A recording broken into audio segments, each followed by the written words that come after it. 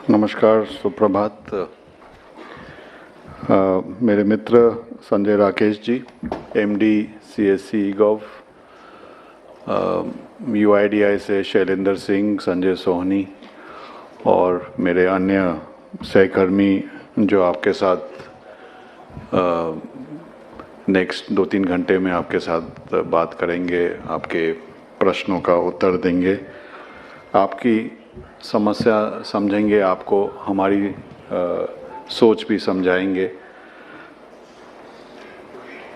और मुझे मालूम पड़ा कि विभिन्न राज्यों से, विभिन्न प्रांतों से सब आप लोग आए हुए हैं। आप सबका वेलकम मैं करता हूं कि ये मैं पूछ ही रहा था संजय राकेश से कि इस तरह की कभी हमने वर्कशॉप की है कि केवल आधार के मुद्दों पर डिस्कशन, चर्चा करना सब ऑपरेटर्स के साथ, आपके फील्ड के सहकर्मियों के साथ, और उन्होंने बोला कि शायद से पहली बार हो रही है इस तरह की वर्कशॉप। आपकी जो कार्य करते हैं उसके बारे में तो डिटेल में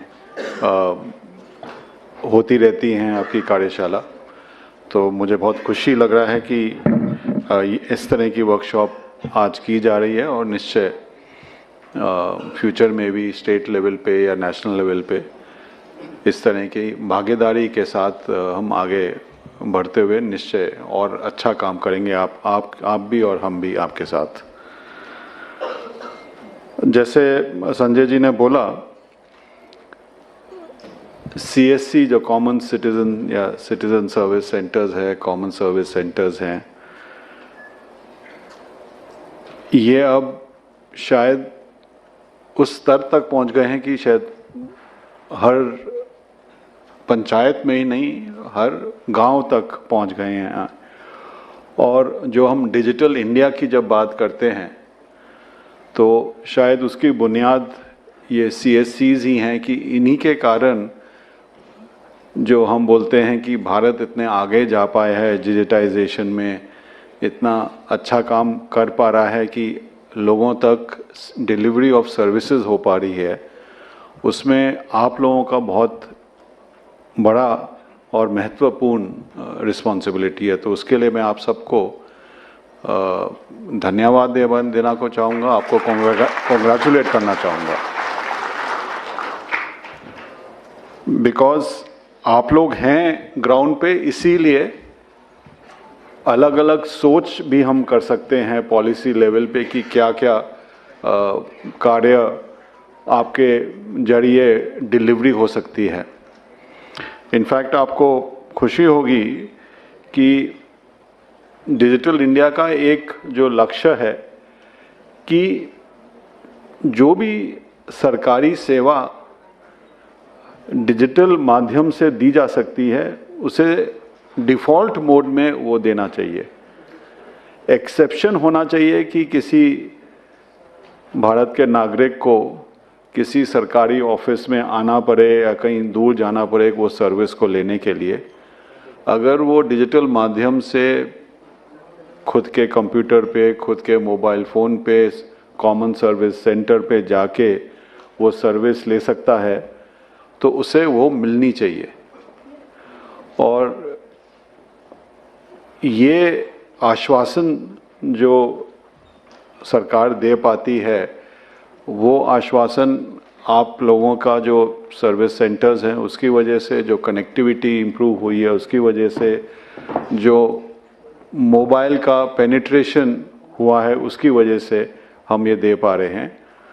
और जो विज़न है, जो हम बोलते हैं ईज़ ऑफ लिविंग, कि किस तरह हर नागरिक को सुविधा के साथ जीने का आसार बन सके, ईज़ ऑफ लिविंग जो विज़न है, उस ईज़ ऑफ लिविंग का विज़न बहुत महत्वपूर्ण पार्ट सीएससी है, आधार है, और डिजिटल इंडिया के जो विभिन्न प्रकार के कार्यक्रम हैं, यूपीआई पेमेंट है, ई साइन है, उमंग है, डिजी लॉकर है, इस तरह के बहुत सारे जो एप्लीकेशंस हम इंडिया स्टैक जो बोलते हैं, वो इंडिया स्टैक आप लोग ही जमीन तक सब लोगों तक पहुंचाते हैं और माध्यम के संग भी। अगर हम आधार की बात करें, पिछले 10 सालों में हम अब उस स्तर पे पहुंच गए हैं कि जो भी भारत में नागरिक है उसके साथ हम दावा करके बोल सकते हैं कि अगर वो 18 साल से ज़्यादा उम्र का है, अडल्ट है, तो उसके बाद निश्चय आधार है। 0 to 5 years जो है ऑब्वियसली उसमें आधार का देने का सिलसिला चलता रहता है और वो चलता रहेगा, क्योंकि हर साल करीब 2.5 करोड़ बर्थ्स होते हैं, नए बॉर्न शिशु आते हैं हमारे देश में, तो वो तो चलता रहेगा प्रयास। लेकिन हम उस स्तर पे पहुंच गए हैं कि 100% अडल्ट्स के पास आधार है। और इसी कारण जो मैंने बोला कि 1100 स्कीम्स हैं गवर्नमेंट की जो आधार को बुनियाद बनाती हैं, वो आधार को लेके ही आगे चलती हैं। और यही बुनियाद बना के हम जो ईज़ ऑफ लिविंग का है कि डिजिटल सर्विस ऑफ डिलीवरी होना चाहिए, वो बुनियाद है। आगामी दिन में अब फिर क्या फोकस रहेगा हमारा आधार का? एक तो है ही एनरोलमेंट, तो अब 2.5-3 करोड़ हर साल होगा, जितना बर्थ्स हैं प्राय उतना एनरोलमेंट हो गए। तो नए एनरोलमेंट तो ऑटोमेटिकली, हम एक समीक्षा भी कर रहे थे हमारे लोग, तो वो बता रहे थे कि एवरेज अगर हम देखें तो एक जिले में प्रतिदिन 10 या 15 नए एनरोलमेंट से ज़्यादा नहीं होते हैं पूरे ज़िले में, एवरेज की बात कर रहा हूँ। तो ऑब्वियसली नए एनरोलमेंट लिमिटेड हैं और उसके हिसाब से हम अपना जो फील्ड का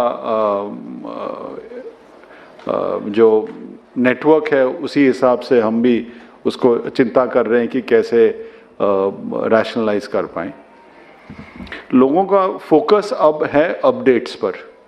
अपडेट, एड्रेस का अपडेट है, मोबाइल का अपडेट है, कभी कभी थोड़ा बहुत नाम में चेंज होता है, बट मेजर अपडेट्स होते हैं तो एड्रेस और मोबाइल के ही अपडेट होते हैं। मोबाइल का अपडेट थोड़ा ज़्यादा सेंसिटिव है बिकॉज उस पर आप OTP से फिर ऑथेंटिकेशन भी कर सकते हैं। तो अगर कोई गलत मोबाइल उस पर गलती से हो गया तो उसका इम्प्लीकेशंस ज़्यादा हैं। एड्रेस अपडेट के भी इम्प्लीकेशंस हैं, बट तब भी एड्रेस अपडेट में चेंजेस करना अगर कोई डॉक्यूमेंट है तो उसके हिसाब से किया जा सकता है। मोबाइल अपडेट तो केवल बायोमेट्रिक के साथ हुआ जाता है। तो उसका भी हम आरक्षण कर रहे हैं, चिंता कर रहे हैं, कैसे स्टडी कर रहे हैं, एनालिसिस कर रहे हैं कि क्या क्या इम्प्रूवमेंट्स कर रहे हैं, और वो शायद आपको आज डिस्कशन भी होगा।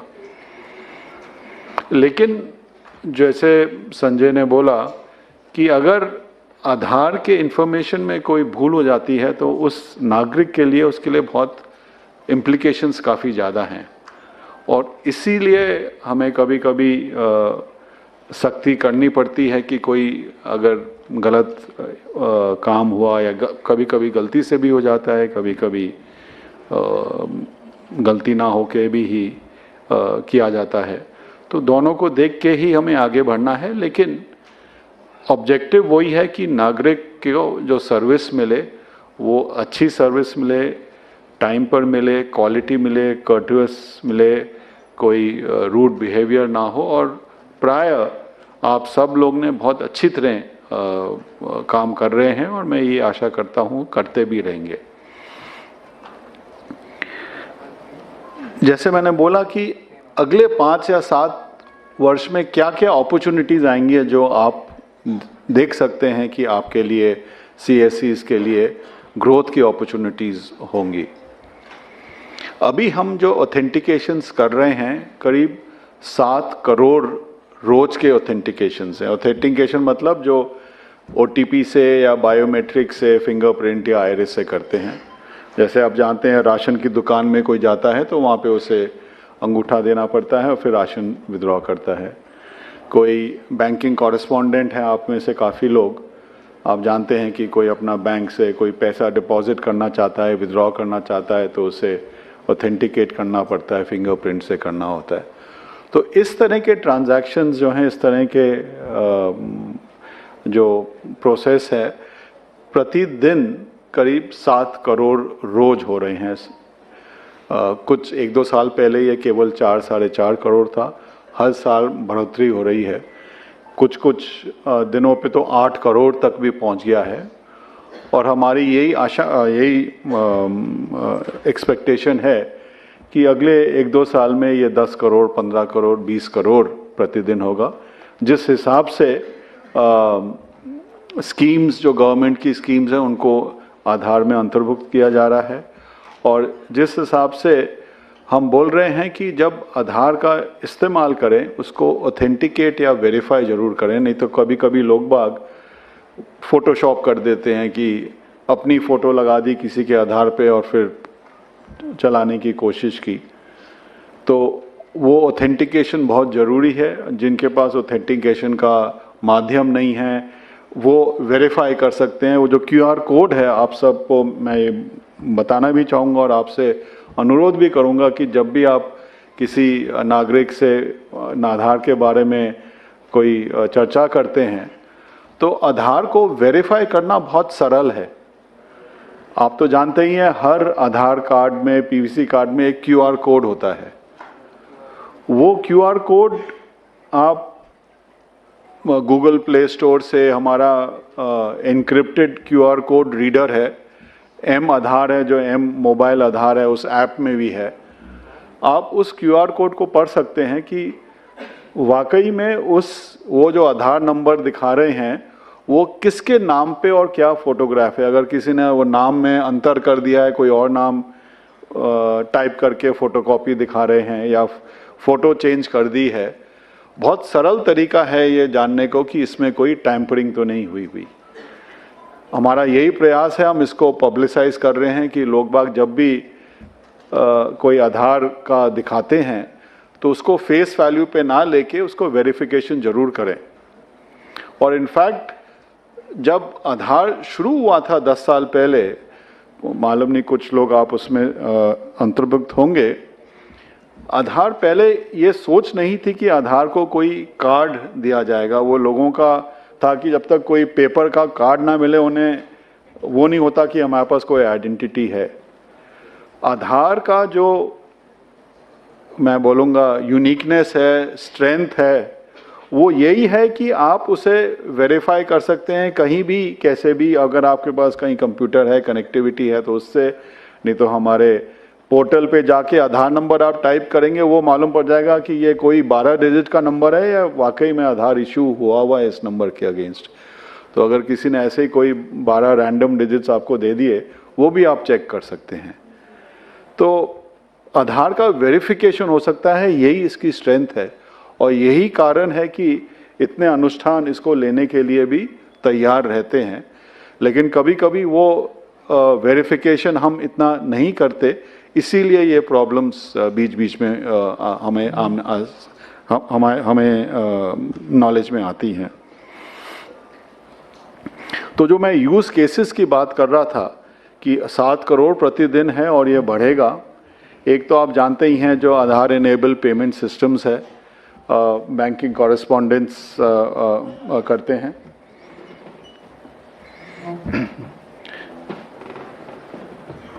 अमित अग्रवाल जी का वेलकम, एडिशनल सेक्रेटरी। तो एक तो यूसेज जो है आधार इनेबल पेमेंट सिस्टम्स है, एक जो अब तक इतना यूज़ नहीं हुआ है और फ्यूचर में होगा, और वो है ई-साइन। कि आप जैसे कोई भी डॉक्यूमेंट है उसको डिजिटली आप कोई भी साइन कर सकता है कि मैंने साइन किया है कि नहीं, वो प्रमाणित भी हो सकता है कि वाकई में साइन किया है ये। तो वेदर वो लैंड रिकॉर्ड का डॉक्यूमेंट हो, कोई सेल डीड हो, कोई और तरह का अग्रीमेंट हो, उसमें डिजिटली साइन हो सकता है। और इसका जो इस्तेमाल है वो भी आगामी दिन में बढ़ेगा। और जो मैं बोल रहा था कि एनरोलमेंट एंड अपडेट, एक स्टेबलाइजेशन पे आ गया है, वो उस स्टेबिलिटी पे रहेगा। और जो अपॉर्चुनिटीज़ है आप जैसे CSCs के लिए, वो है कि आधार का किस तरह जो डिफरेंट यूजेस हैं वो कैसे बढ़ेंगे। मैंने एक बोला जो 1100 स्कीम्स हैं, डिजिटल इंडिया का जो विजन है कि डिलीवरी ऑफ सर्विसेज डिजिटल माध्यम से हो, उसमें बढ़ेगा। बैंकिंग कॉरेस्पॉन्डेंस का तो आप जानते ही हैं, फाइनेंशियल सिस्टम में आधार का यूसेज फॉर ऑन बोर्डिंग जो EKYC बोलते हैं उसके लिए बहुत है, तो उसमें यूसेज है। E-साइन है जिसका अभी इतना प्रचलन नहीं हुआ है, वो है। और इस तरह के यूज केसेस डिफरेंट सेक्टर्स में वो निरीक्षण कर रहे हैं, एनालिसिस कर रहे हैं कि क्या क्या कर सकते हैं कि जहां पर भी कोई वेरिफिकेशन दरकार चाहिए, इससे कोई सिस्टम सरल सिस्टम नहीं है, तो द ग्रोथ विल कंटिन्यू। कभी कभी कुछ लोगों को लगता है कि कुछ सर्विसेज उनसे बंद की जा रही हैं तो उनका ग्रोथ नहीं रहेगा। मैं यही बताना चाह रहा हूं कि हो सकता है कुछ सर्विसेज का रिडक्शन हो, उसमें और सर्विसेज का ग्रोथ भी होगा। तो मैं यही फिर से आप सबको धन्यवाद देना चाहूँगा कि आप में से जो यहाँ पे आए हैं, आप लोग काफ़ी उनमें से चुने हुए हैं, जो गुड ऑपरेटर्स हैं वो आए हैं from various parts of the country.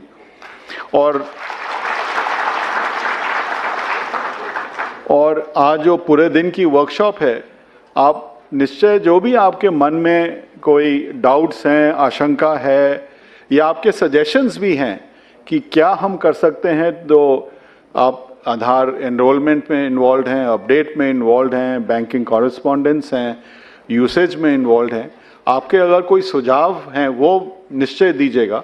उसी से सिस्टम हमारा अब तक 10 साल से इम्प्रूव करता रह रहा है और हमारी यही आशा है कि हाउ आधार कैन बी, जो आपने बोला Aadhaar should be the foundation, Aadhaar is the आधारशिला for the ease of living of residents, यही हमारा विजन है। और इस विजन में हम भागीदारी के साथ आप जैसे संस्था CSCs हैं और बैंक्स हैं, औरों के साथ स्टेट रजिस्ट्रार्स हैं, स्टेट गवर्नमेंट्स हैं, उनके साथ काम करते आ रहे हैं और यही आशा है कि करते रहेंगे। बहुत बहुत धन्यवाद।